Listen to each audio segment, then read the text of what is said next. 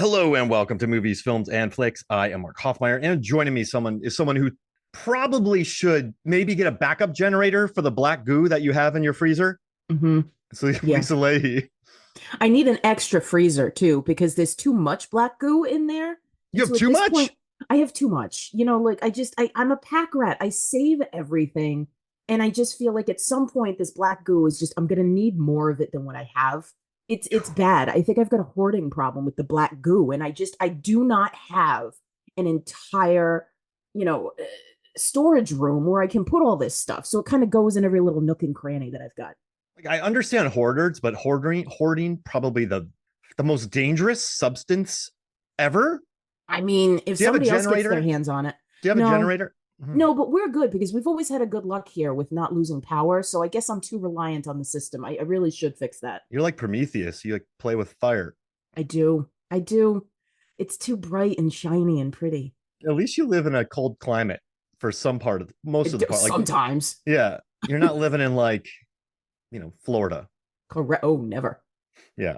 Okay. So I feel a little safe. Just don't get another. Where are you getting these from?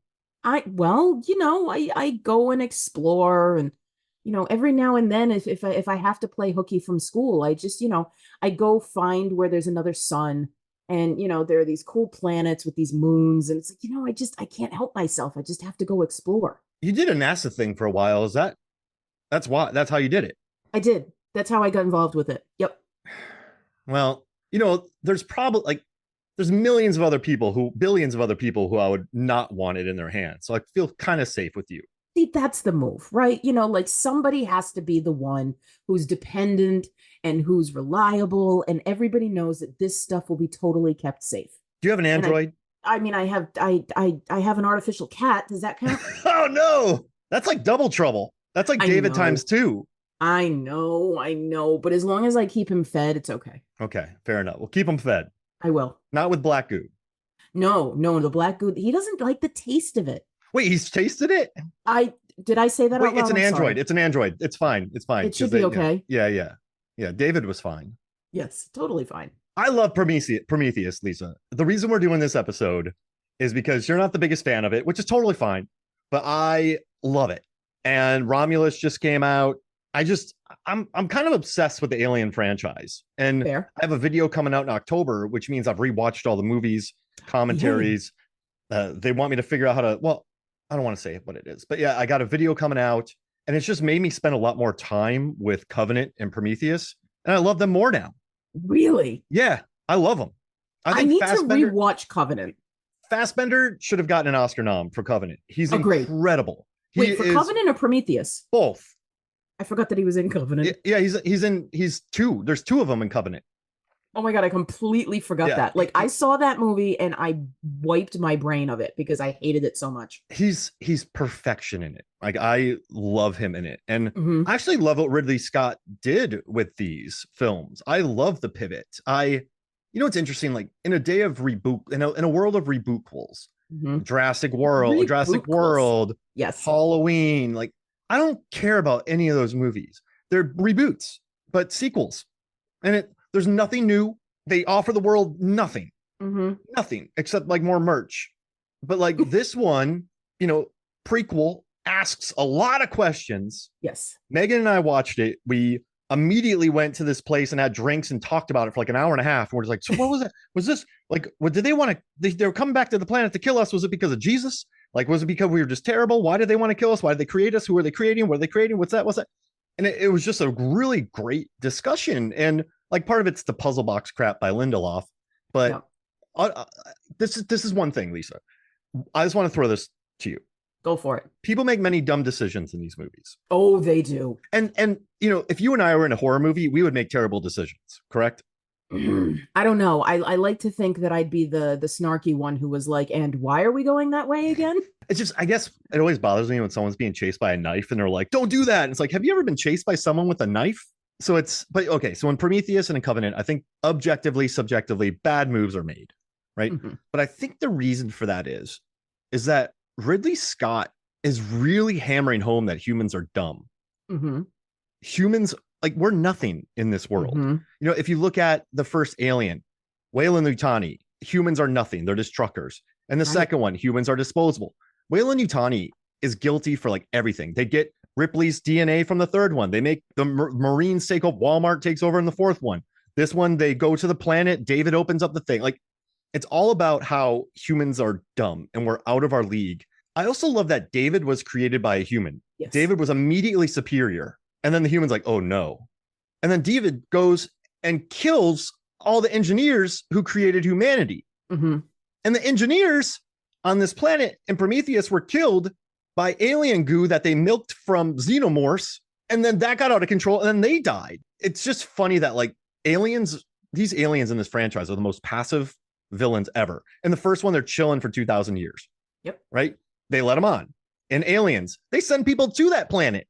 In the third one, the aliens just happens to be in someone's belly. In the fourth one, they're on a ship and they're idiots and they don't know how to control them. In this one, David's causing so many problems. He opens up the door. He gives Logan Marshall Green the thing, like, and then Covenant, the humans are the dumbest of dummies. But I think really is what Ridley Scott is saying is that humanity is we're just specks compared to David. We're specks compared to these aliens are the perfect thing. Like even the engineers are dumb and get killed. I just think the questions that he asks and the topics that they cover in these warrant at least some respect, because this could have been a crap prequel. This could have been a stock sequel, but it's not. And I admire it for it. I love that. I mean, I think I'm still stuck, by the way, on the phrase what they milked from the xenomorphs. I got hung up on that about a good 2 minutes ago, and I'm still thinking about.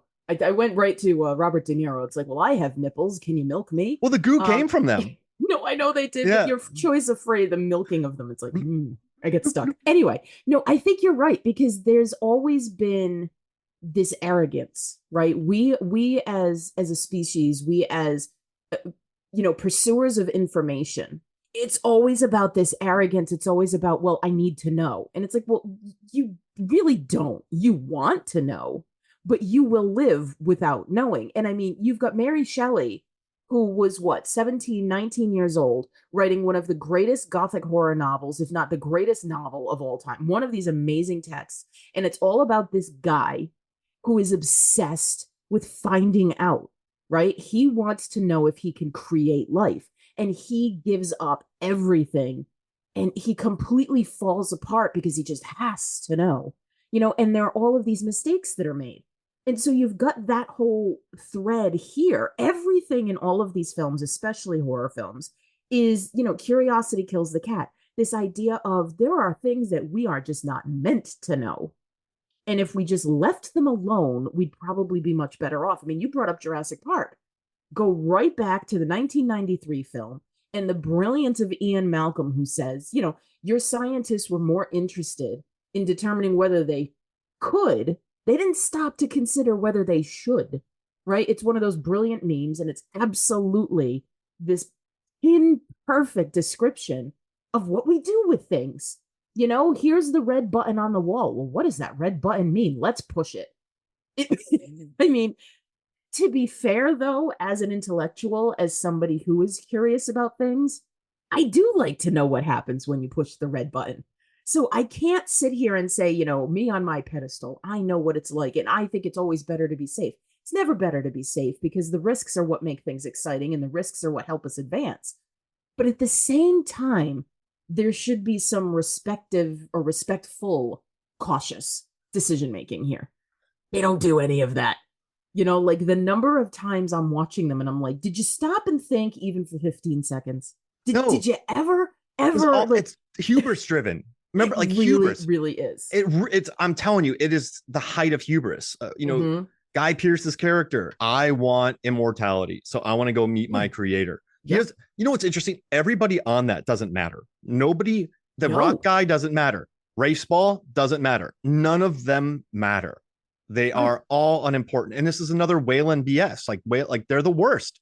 And I just think it's interesting that you have these people like, let's hunt for our creators, but they find a planet that was that was just made to make mass weapons of destruction. Like it's a military installation.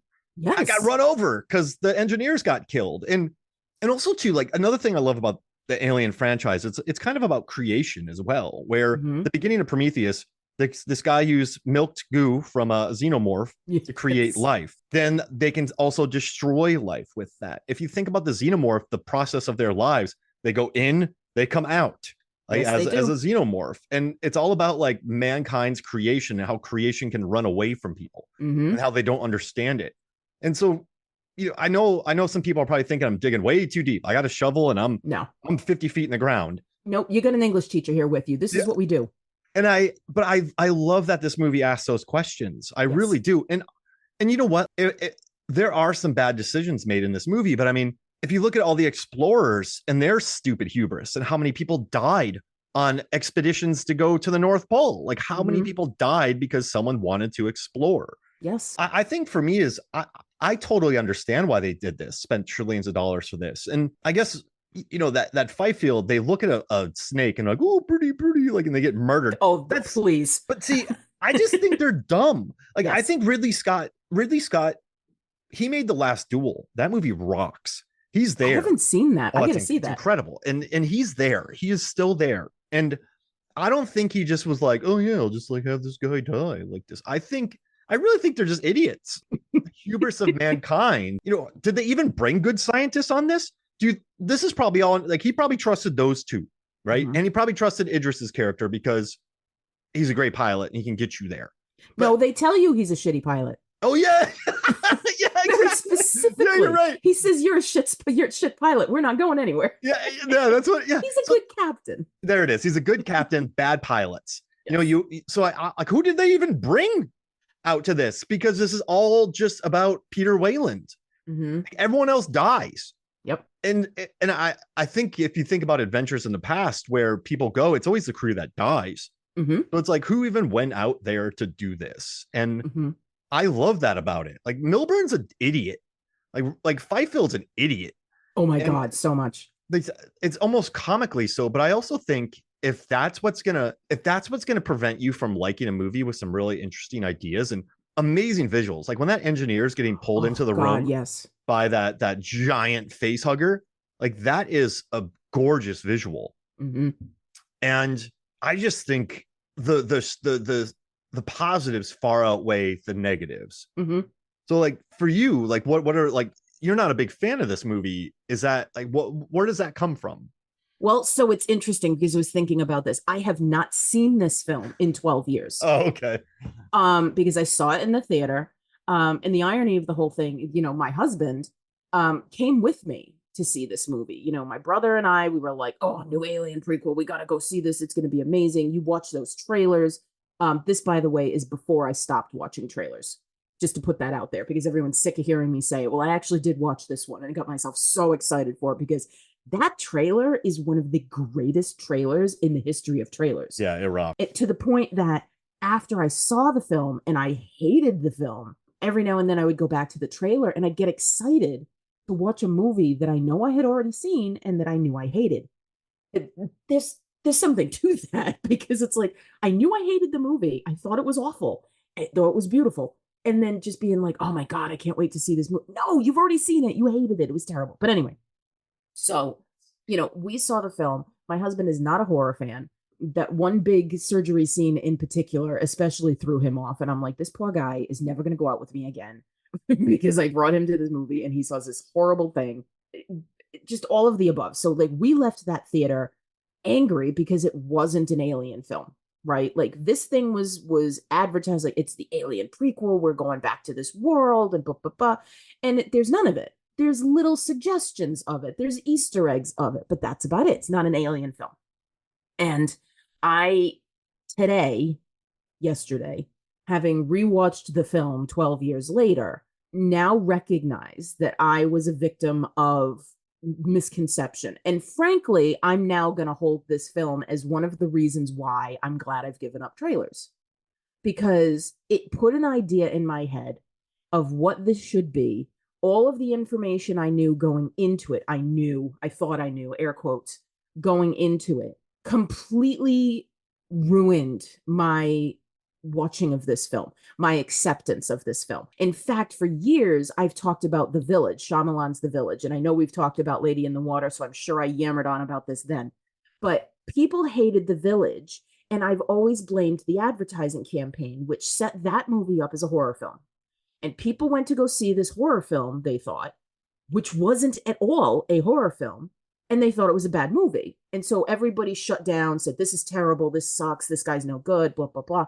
When in reality, it's a great film. Great They film. just didn't know what they were watching and they were unable to make the adjustment. Well, it turns out I was a victim of that myself. And I'm only finding this out 12 years later. I can admit when I'm wrong. And I was wrong about Prometheus. I don't think it's the most brilliant film in the world. I'm not going to carry on about how it's the best one in the franchise. But I, having forgotten most of it because I put it out of my brain for 12 years and looking at it again with fresh eyes, it is still gorgeous. I said it was gorgeous then. I was like, it's a shame how beautiful this movie is because the rest of it is crap. You view Prometheus as a standalone film. I think 12 years later, I'm more mature as a film viewer. I'm more mature as a reader, as a narratologist, of somebody who takes stories on. And again, this is going to be one more example of why giving up trailers was the best decision I've ever made as a film viewer. Because going into a movie cold and not knowing what's coming allows me to sit back and say, I'm going to look at what this auteur has put in front of me. And I'm going to say, okay, I'm going to take what you've given me from a blank slate and let's see what you got. And I think that's a big deal. What you're talking about Ridley Scott doing with this film, with these other films, and how he's, putting messages out there. There are a lot of allusions here that suggest here's what humanity is, here's what we are, here's what we're going to be, et cetera, et cetera. I've changed my mind. So it's like, I came into this when you asked me, it's like, hey, let's do Prometheus. We do a lot of contentious films. I think about Mother, which is our lost episode. Yeah. But we both like that one. So that one. Oh my God, I loved that movie. Yeah, but see, I went into that movie not having the faintest idea what it was. I went into that movie thinking it was a home invasion movie. And sure, and to some point it is, but I was able to watch that film in the theater and just be like, oh, that's what we're doing. Oh, okay, that's who that is. Oh, I see it. And to appreciate it for what it was. And Prometheus did not get that fair shake from me in 2012. And listen, it's no Alien, but what is? Like, I hate when people say it's not as good as I made a joke when I was like, don't watch Romulus, because when I went to the press screening of Romulus, someone's like, well, it's not as good as Alien. That was their main takeaway. It's like, nothing's as good as Alien. No, it never would be. So like, I hate it. Like, what is it? Like, you hate the reaction, or you hate Romulus? Like Wilt Chamberlain's, I like Romulus, straightforward. That fun. may need to be our next episode. Yeah, there we go. Wilt Chamberlain scored 100 points in the game, right? Someone goes and scores 60. You're not going to be like, that game sucked. Right. You're going to be like, no, that's a huge, like, listen, there's so like few games that have like over 70 points. Right. Those are the all timers. Like, people don't do that every week. Movies can't do that every week. Nope. Like, baseball players bat 300. Like, if you like, there's so few amazing seasons. You can't compare a movie to the greatest movie. You can't. But people do it. And so, but they're like, well, yeah, because we're in the same franchise. Like, no. And for me, like, I don't think Prometheus is there. I don't. There's too many characters. I think it's the fight field and like Rafe Spall idiots. Like, it really, there are moments that take you out of the movie. Like, even Guy Pearce, just like his old guy makeup and all that. But most importantly, though, it has ideas, and I think it challenges people. Yes. And I think the idea of David, who, David was created by man, and David immediately figured out that he was better. I will never die. I am the greatest. And then, in Covenant, they ended up fixing him and making him less human. But this David is such an incredible, like, humanity. What's interesting? Like, the engineers could create humanity, with alien goo that they borrowed, like Prometheus. Prometheus stole fire. They stole alien goop to create life. Like, it's gonna kick them in the ass eventually. What's crazy? The alien goop that they stole or milked came back to kill them. Yes. And so I think that's just really interesting. But you bring up Prometheus and this idea of this Titan who goes against what all of the other gods and all of the other Titans are thinking. And it's like, I'm going to give fire to these people, to man. I'm going to give fire to them because they need it. I want them to be able to do this. And of course, he gets burned by that, to literally pun on that, to be silly about it. But and then there's that punishment. But again, Prometheus himself, a Titan, even made that wrong judgment. But that being said, if you don't allow for the attempt, there's going to be no progress. Exactly. And it was either going to work or it wasn't going to work. And you know what? It didn't work. Okay, so we're going to have to move on with that. But I mean, the next time it might work.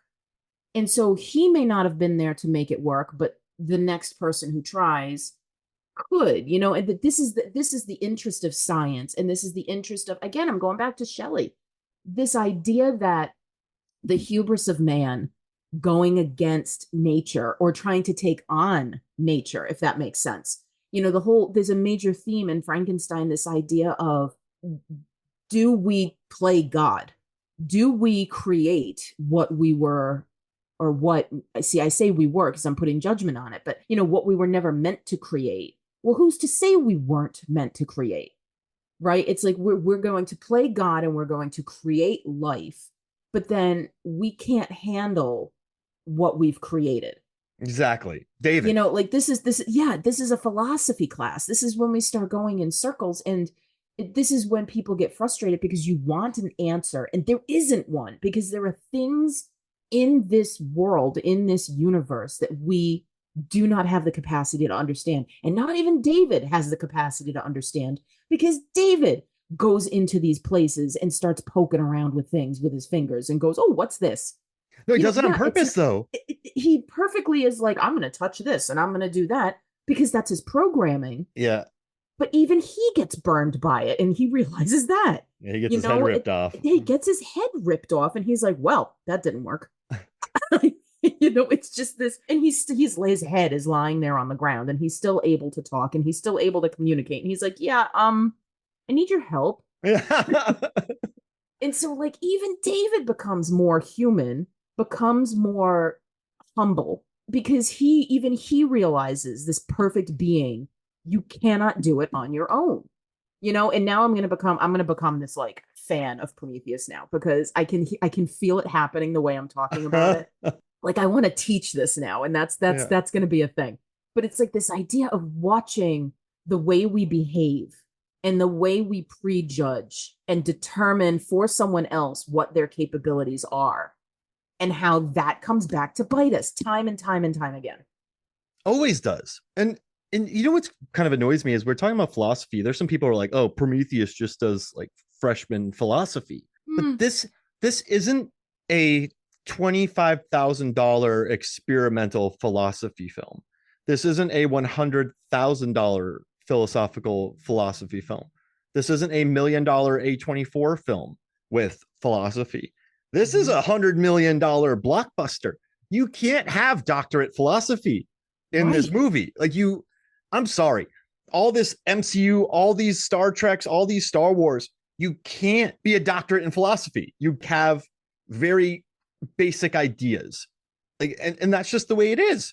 Yes. So the fact that a movie like this would tackle that is far more ambitious than, like, I'd say 99.9% of other blockbusters. Like, I think the questions are really interesting. Like, these engineers created humanity, and then they're like, man, humanity sucks, so we're going to go kill them. Like, we're going to start over. And then they get killed by what they created to kill us. Yes, exactly. And, watching David and his AI, and, he, like, when Noomi Rapace was like, don't open the door, he goes, oops, boop. And then, halfway there already. And then, like, Logan Marshall Green, would you do anything to do this? Yeah. Bloop. He knows everything about them. He's setting this up. He's watching. He's like Ash in Alien, who's a pain in the ass. Ash is a pain because he works for Wayland. Yes. That's his programming. But in this one, David's curious. And, they had to fix that type of droid because he was almost too human, too lifelike. They made almost too perfect of a creation. Then they're like, oh no, this thing's way better than us. Right. And so, I don't know. I just love that idea. Like, I love that he's just playing games with these people's lives. I love that, Noomi Rapace goes to survive and she gets that C-section. He's like, I didn't think you were capable of that. Like, you didn't know humans could do that. I just think it's really interesting how, these quests for knowledge, and, like, the quest for knowledge is that these engineers milked a perfect species. Yes, They pulled their goo and created us. Like, we don't even know what created them. And exactly. and I love, there's a mural in the room of a deacon. It's called the Deacon Xenomorph. So it's a Hmm. deacon. And that's the one that pops out of the engineer at the end. Hmm. They almost worship this deacon because that's, I think, what they drew the life from. Yes, Like they milked it. I don't know, I maybe agree. they captured it and milked it.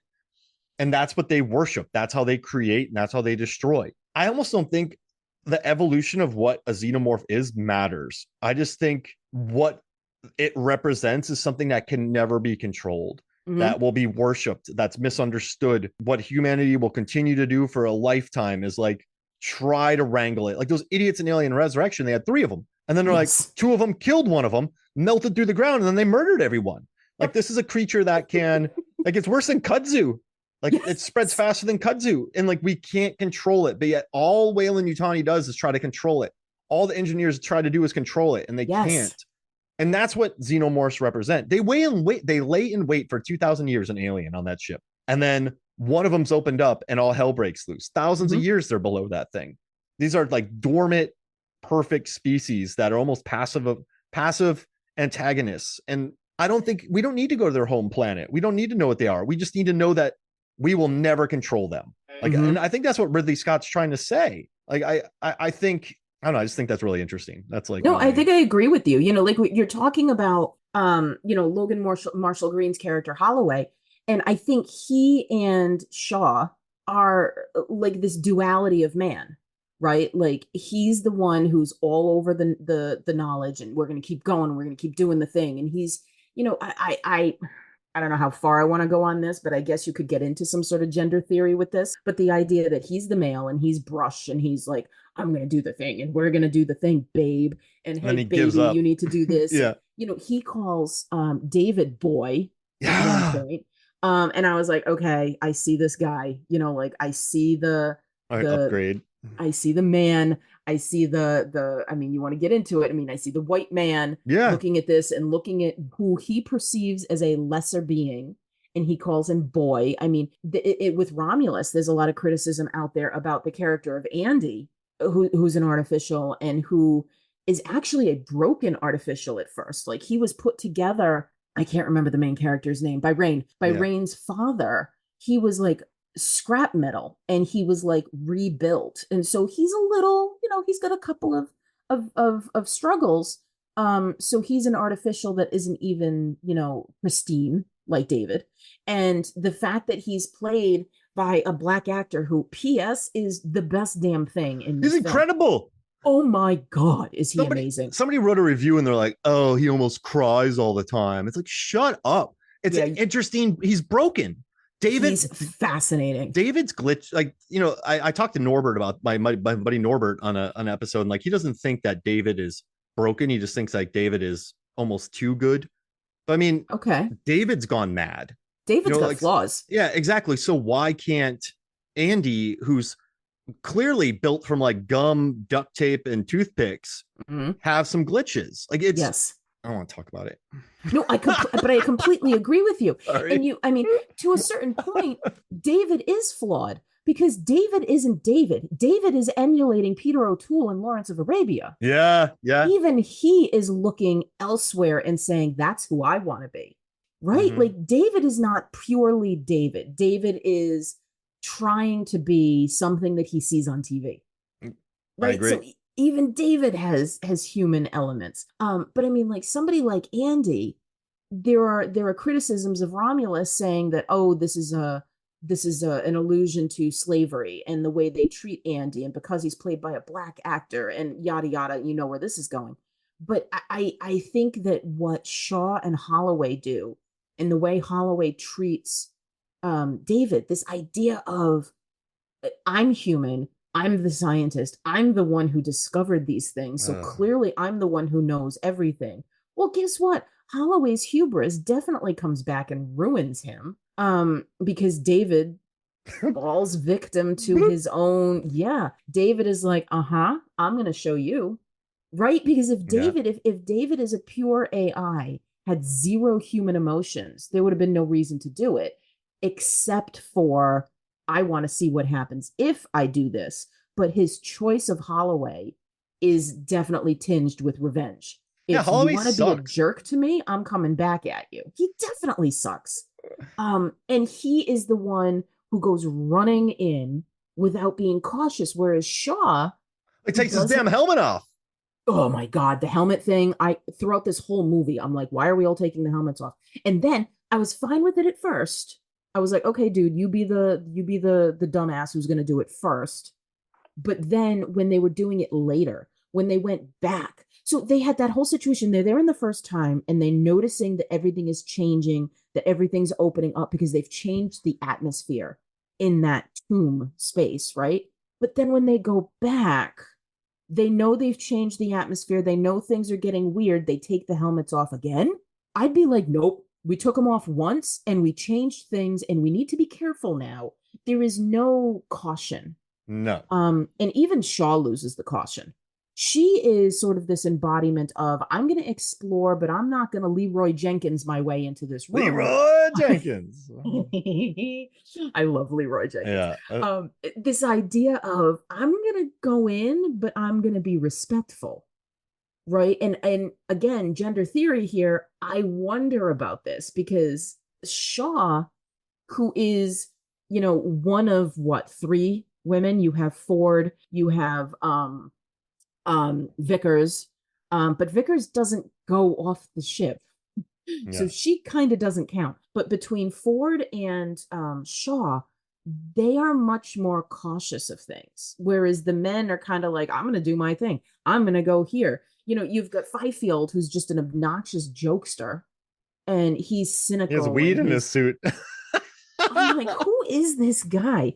But, it's interesting to see how each character represents sort of these caricatures of what we are in humanity. You could identify various archetypes in each of these characters. I don't And that, remember how I started with but that's this, but that's I'm always been the like, franchise. Is what I love what you're saying. yes. Remember the first one? You have the kind of union guys, the guys who want the Mm-hmm. union. You have the rational Ripley. You have Yep. the oh man, I forget her name, but you have like the very emotional the other woman who's like very Yeah. like slappy, and you have the captain who is good, but he's also like arrogant, like, hey, do this. You have the android who represents Wayland's mother, the controller. Yes. You have this very, they're all stock characters. Like if you think about Aliens, I love Sigourney Weaver. She earned her Oscar nomination, but she becomes kind of like the mother figure. She becomes the Yes. like voice of reason. You have Paul Reiser who just oozes Wayland. You have Mm-hmm. Michael Biehn who's like the one nice guy. You have the brash guy. You have the tough lady. Alien 3, you have the tough convict, the good convict, the Christian convict, the psycho convict. Alien Resurrection, you have the jerks, all that, like the characters. I think it's always been that. Yeah. Damn it. I That wish I could teach these. Like the more I think about it, the more I'm like, oh my God, I can't teach these because there's other options, but they're so good. and like that's why I love David, because I think David and Ripley are the best characters in the franchise, Oh. because especially when you watch Covenant, when there's two Mm-hmm. of them. I need to Like, watch it again. I deliberately didn't watch it because I'm like, I'm going to blend them and I'm going to forget which movie was which. But now I feel like I should have watched it because man, I was like, I want to talk more about it. these bozos, they do some bozo stuff in that movie. And I think Ridley Scott is just having fun with it. He's like, okay, you want some slasher crap? Sure, I'll add that in there. Yep. But I you know what's interesting too about Let's keep them Ripley? interested. Like Ripley, she's not successful. Ripley dies. Ripley's ship crashes. Ripley and the planet blows up. Ripley sacrifices herself. Ripley's Yes. DNA is taken. Her fire jump is unsuccessful according to Alien Resurrection. The most successful characters is her clone. Yes. That like so if you she Ripley's like one of the smartest characters in history, one of the greatest Absolutely. action heroes ever. I'm not going to say like lady action heroes, one of the No, greatest action period. You're heroes ever. absolutely right. But the most successful version of her in this franchise is the upgrade. Mm-hmm. It's like David, he's successful. He's Mm-hmm. that. And I don't know. I just like, I think that's Damn it. I'm really getting all excited interesting. about a movie I hated. I'm telling like It's good though. I It's have good though never, because I remember you first asked me about this and I was like, I need you to explain to me why I'm wrong or what I missed. And I'm glad to be like, you know what? I did miss it. It makes me wonder if I'm going to come back to Romulus years from now and I'm going to say the same thing. because I didn't like Romulus. I thought Romulus was boring, I mean, frankly. that's a Fede Alvarez thing though. His movies, like His movies, though. they're talking about like like the slavery angle of it. He doesn't think Mhm. that deep about it. And also the actor had David Johnson had a lot of say in his character. Oh, he Like was so good. I don't think, but I also think his movies are like Evil Dead, good remake, bloody Yes. as shit, Loved it. mean, Yes. Don't Breathe, mean. All Yes. three of his movies have bonkers ending. When I Yes. saw the ending of this, I'm like, well, this isn't, every Alien has a tacked on ending. Of Alien was course. supposed to end with her in the thing, and then the aliens in there. Aliens, the queen aliens on the ship. Yep. Alien 3, like the thing survives, comes out again, then she has to Yep. sacrifice herself. Alien 4, the creature comes and jumps on the ship. And so it always has a tacked on ending, and then toss in Fede Alvarez. I knew the ending would be crazy. Yes. And you know what? Like, I think it's just a very simple film. And also it talks about the black goo. It actually shows one of the facehuggers being milked for the Right. black goo. Right. So like I think it's fine, but I don't, in my head, I just know what Fede Alvarez does. Like he is just mean.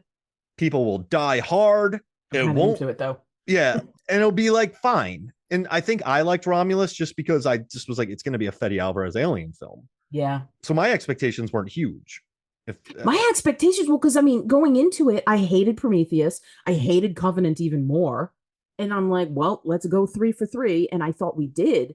It makes me wonder, like, okay, because everybody who's loving it, like, it's getting such good reviews. And I'm thinking, what did I miss? Again, it was like, what did I miss that everybody else is loving? Because I was bored. And again, hadn't watched any trailers, didn't go in with any expectations this time around. So I think Prometheus and Romulus are going to be an interesting pairing for me in the future.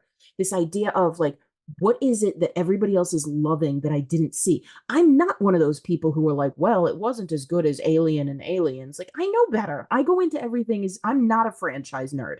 I hate when movies have sequels. Do not do sequels. Give me standalone films and make them good.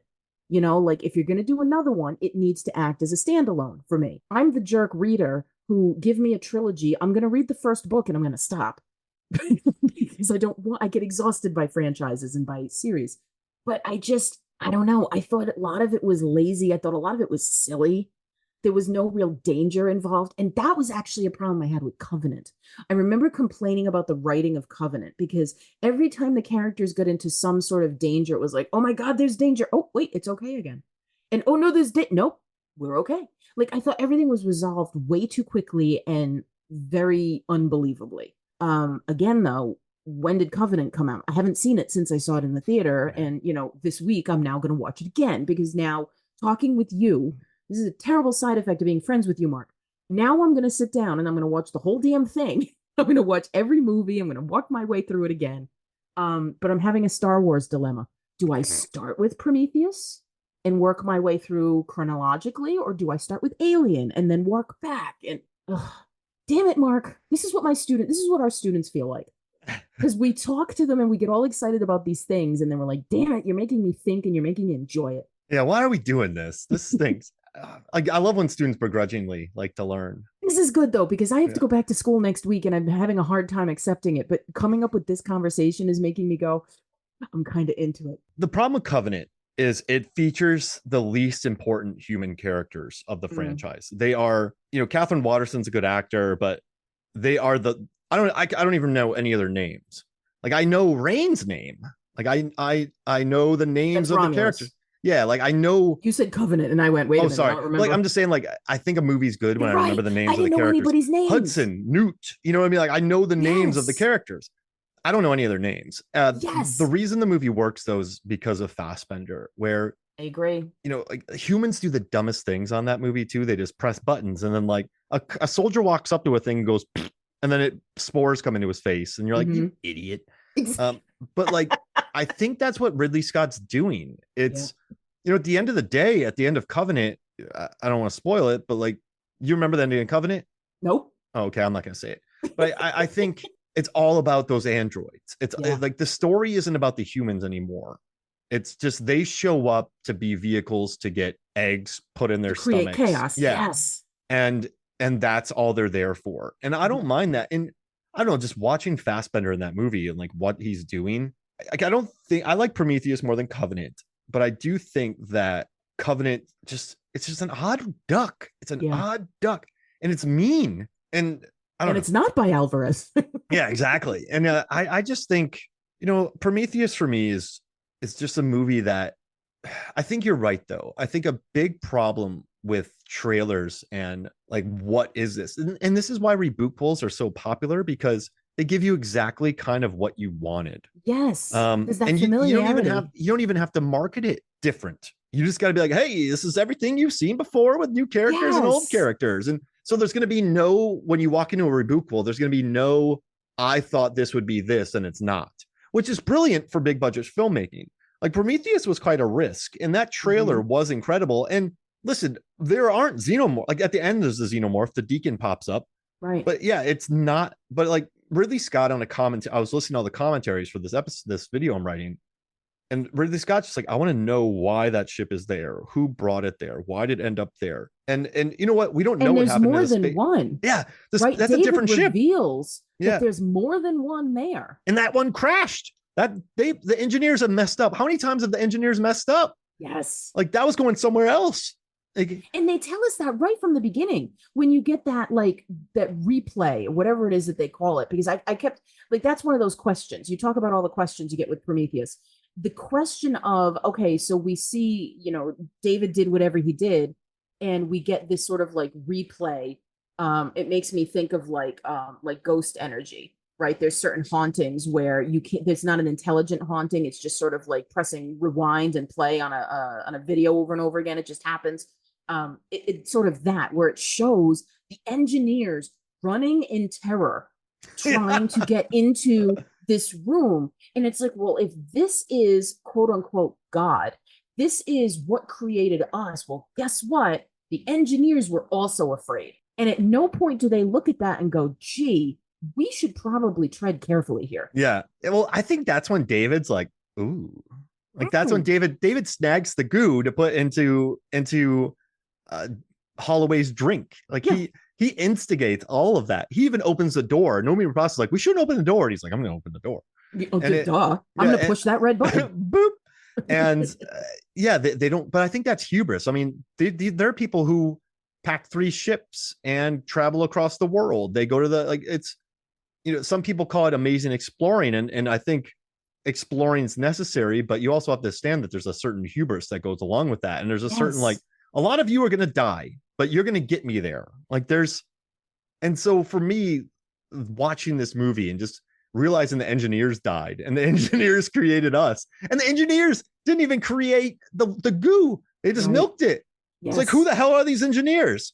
Yes. And I think that's a cool question. I like that aliens represent this very passive antagonist where they're perfection. They can float in space for 100 years. You put them on your ship, you're dead. Like they represent kind of just something that can never be controlled, but people keep wanting to control it, and then they keep dying. You know what the xenomorphs are? You're gonna laugh so hard at me. Xenomorphs are cats. Yeah. Xenomorphs are cats. Don't poke the sleeping cat, because then you're gonna get screwed. Like if the cat wants to deal with you, the cat will come to you. Like talk about a passive aggressor. Yeah. Like, this is a matter of they're a perfectly fine little being, but we want to go up to them and poke them, and then they're going to get mad and scratch us. This is just what it is. Like the xenomorphs, the engineers are just as fallible as we are. Yeah. And it's like, I want to see what this does, and I want to watch what this does. And, like it's the ultimate in F around and find out. Yeah. And like, they did. They do. But see, and then the other side of that. And then David kills them all. Kills them all, and then gets his own head ripped off. Yeah. Like what's brilliant about this is we look at all of these people in history and even in modern day, these people who have the money and have the means to try the thing. And we say, you're a lunatic, right? Like we look in the history books at all of these explorers in history, and we revere them. We revere them because they were successful. But if we think about the number of people who screwed up and who killed people, people of the day looked at these people and went, you're an idiot. What are you doing? Like, think about these billionaires, these multi-billionaires who built their own little submarine and decided they were going to go explore the depths of the ocean. I mean, they were completely ripped apart on the internet, and the whole world is like, you idiot. Yeah. But guess what? If they had been successful, what would that have turned into? Like we look at the hubris and we go, well, you should have known better. Well, you should have known better is what brings us the results of what we find. Like you think about how we know that you shouldn't mix certain cleaning agents because it's going to screw you up. Well, the only reason we know that is because somebody tried and it didn't end up well for them. But now we have that information. Yeah. Like it's fascinating to step back and look at things purely objectively. Take the judgment of you shouldn't have done that because that was stupid. But had it been a different result, we wouldn't be calling it stupid. We would have been calling it brave. I mean, for what? Every very successful venture, there's been thousands of failed ones. Yes, this is why they call it failing forward. Yeah. And you got to screw up in order to figure out what's wrong so that next time you can try and do it right. And I think there's a great, I think that's pretty great about the resiliency of humans. We'll just keep going until we blow up our planet. But I think, so God, it's so true. Oh. But I mean, look at everyone with these xenomorphs. Like Wayland Yutani's like, I want this. An alien doesn't need a face hugger. An alien can take you, smack you in a bunch of goo. It creates more goo. Like, I don't know how it's like, it's a human amount of goo runs the world. And it just smacks you into a wall. You become a human host, and then you pop a xenomorph out. So they don't even need face huggers. Like, these are things that can just spread, and they can adapt. They can swim. They can, like, it's not like kudzu that dies during the winter. It's not like invasive animals that slowly evolve. Like they're like, pythons will never take over Minnesota. Thank God. But like xenomorphs could. Right. And it's like, but yeah, well, you know what? We should put them on our spaceship. And we should just see what happens. Like, no, like stop. But like, I think that's humanity, though. Yes. And I don't know. I guess just for me watching this Prometheus and like, we're gonna go find who created us, and then they go to a military installation that's devoid of people for thousands of years because they were killed by what they made. They wonder why. Yeah. And I love that. Like, it's very nihilistic and it's very interesting. And that's far more interesting to me than be like, okay, so a xenomorph, right? It's on a planet of xenomorphs. And it's like, I mean, that's in the comics. There's like planet xenomorphs and there's like different brands and stuff. But oh, cool. Fine. Like, it's more interesting to just know that these things, what they represent. Like, Michael Myers represents the boogeyman, unstoppable killing machine. Like, I think I think some of the best villains represent something. Absolutely. And I think that's what these do. And so that's why I've always loved Prometheus. And listen, I'm defending a movie that has a 7.0 score on Rotten Tomatoes, on IMDb. It has a 70 plus score, 73 Rotten Tomatoes. I mean, the Prometheus box office was what? Prometheus box office made $403 million worldwide. So I mean, and it's budget. Okay, it's budget. Black Adam cost $350 million, right? There are movies out there now that cost Battleship cost like 300 million.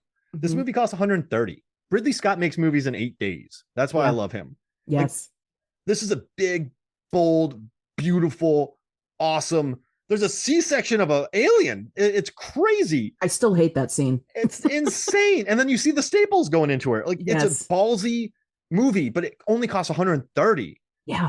I looks amazing.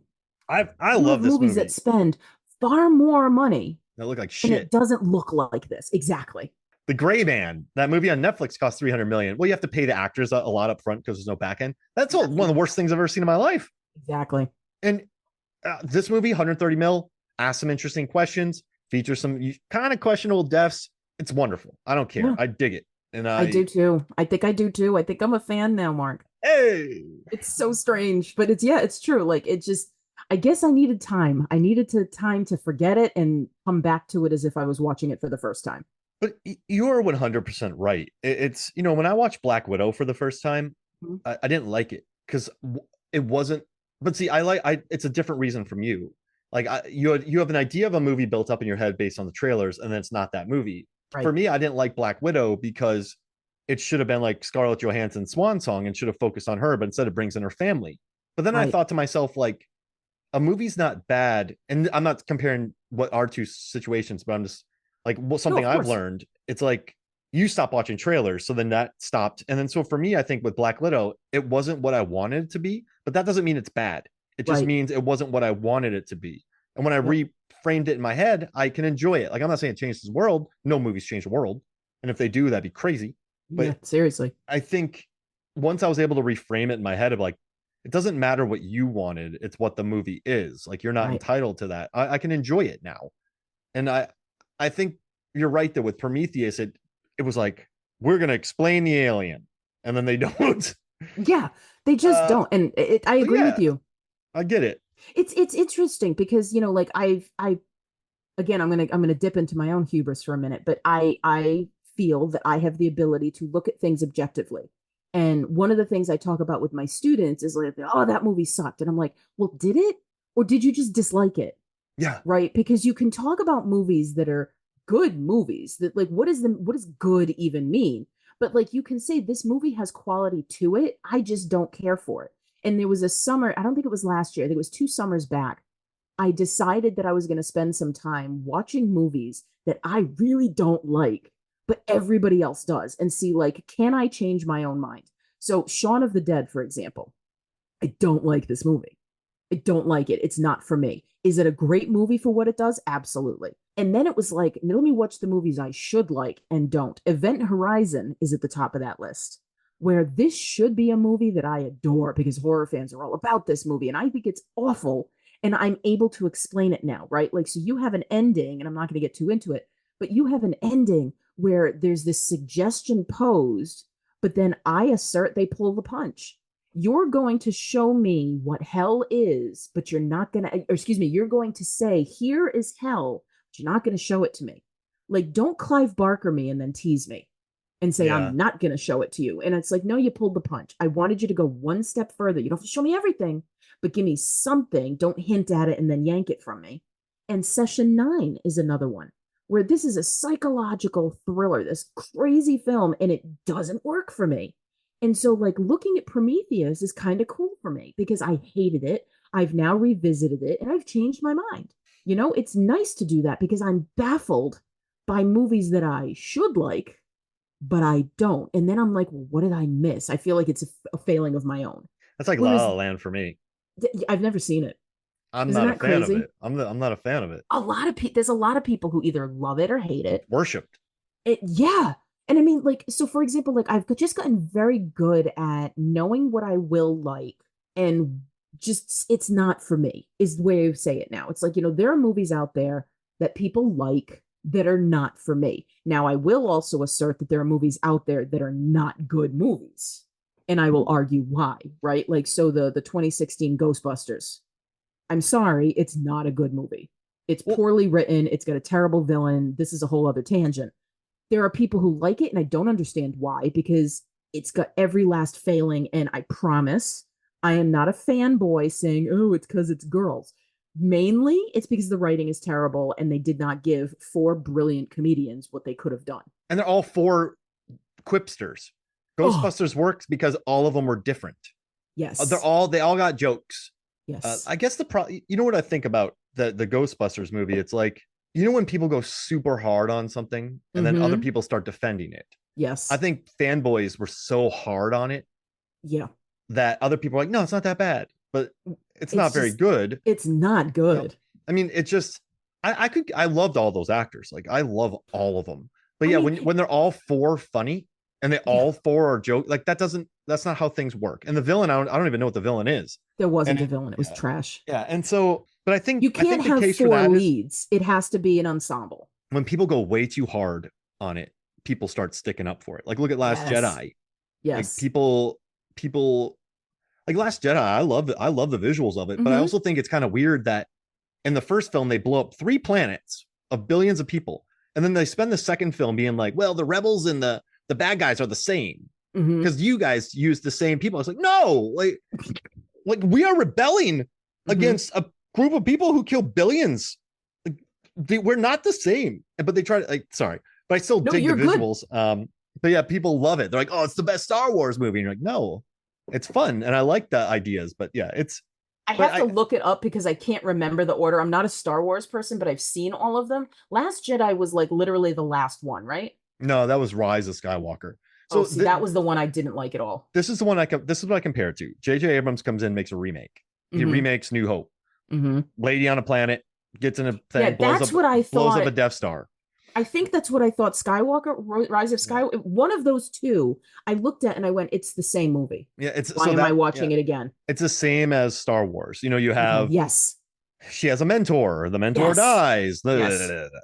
So It was lazy to me. this is my visual. J.J. Abrams made a couch, and that Mhm. couch was a remake. J.J. Abrams watches I'm sorry, Ryan Johnson watches the Chappelle show. He sees was it like Rick James killing that couch, like you know, F your couch. Like Ryan Johnson goes up to the couch and just steps on it, and like he has mud he just goes plays football in the mud and like lays on the couch. He wrecks the couch. Like he's like F your couch. Yes. J.J. Abrams. He destroys the helmet. He like Ray's parents are nothing. Like everything J.J. Abrams does, he's like, you suck. Like, yes. Oh, you got Finn, John Boyega. I'm just gonna put him on this ship and send him It becomes away. a pissing contest of who's more in control. And you're like, sends him away. And then the other guy was fired. And then they're like, J.J. Abrams, come back. J.J. Abrams refixes the helmet. The helmet, he comes back and he cleans his couch, but it's still dirty. Like, and so it's just Rise of Scott. It's like it'll never be what it was. Yeah, exactly. I think I like Last Jedi more than Force Awakens because Force Awakens is a remake. Yeah. Like, I'll automatically put something ahead of that. But then, like, as opposed to JJ maybe following through what Ryan, he's like, no, screw Ryan Johnson. Like, Ray's parents were something. Like, right. But like, it's all bad producing. It's bad. Yeah. All that. And it's a lot. Again, we're back to the egos. We're back to the hubris. Yeah. Like, whose vision is going to be the one that stands? You know, and this is why I don't like franchises. Like, give me a good standalone film. Well, if it's a franchise, at least have Chad Stahelski, like John Wick, see it through. You know, like have someone see it through. That's true too. But half the time, like, and there's another perfect example. I have not seen anything except the first John Wick. Oh, okay. Yeah. Because I love that. I think that first movie is great. I don't need more. You know what I like about the first one, though? It's like, you started a lot of shit, John. This is going to follow you. You know, true. Like, there are going to be repercussions. So I think that's a very natural, organic progression. But like, I don't know, look at Thor. Like the first two Thor movies come out. Taika Waititi. I only saw the first one. So like Taika Waititi, the second one's bad. It's fine. It's cromulent. But the third one, Taika Waititi's like, no, I did see Ragnarok. Yeah, like he kills all the characters from the first two off immediately. And it's like, why even enjoy this then if you're just gonna like say the rest of the franchise sucks? It's true. But this one, I don't know. I love Prometheus. I'm glad we did this. You know what I like about Prometheus? And again, this is more my brain. There are so many things about Prometheus that are left unanswered, and my brain really does go to, I'm not meant to understand.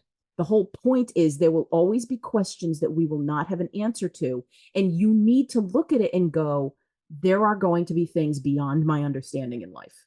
And it's okay. I don't need every last question answered. I don't need every last thing tied up in a nice, neat package. I love and thrive on ambiguity. And if you set these things up well, it's wonderful because it gives you something to talk about, right? It gives us the opportunity to have podcast episodes where we can go on and ramble about these things. And it's what makes things fun. And it's a good question. I think you can step out of movies asking bad questions. Mm-hmm. But this one, it's like, who's our creator? Mm-hmm. Like they show up. Oh, you created us? Yeah. You want to have some coffee? Yeah. All right, let's drink some coffee. You know, like, no, like we'll never know. And I like that these xenomorphs represent something we'll never control. Yes. Our creators created us with their goo, and then they killed and then realized that they should probably destroy us. Yeah. Which is interesting, right? It's like, oops, we made a mistake. Let's get rid of that. And then they failed at that. And then we make it worse. Yes. Like dumb. I love it. All right. Well, Lisa, where can people find you? You can find me on the Rabbit Hole Podcast Network. Some suggestions for you. You can catch me on The Gift of Horror, which is a show that Jason Soto and I are putting together. We have identified a number of subgenres of horror films. So we each choose a film in that subgenre and we gift it to each other. So each episode we talk about two different films and then we kind of measure out which one's better. A little bit of bragging rights there. And then you can catch me on Pictures and Conversations, a Rabbit Hole Podcast book club.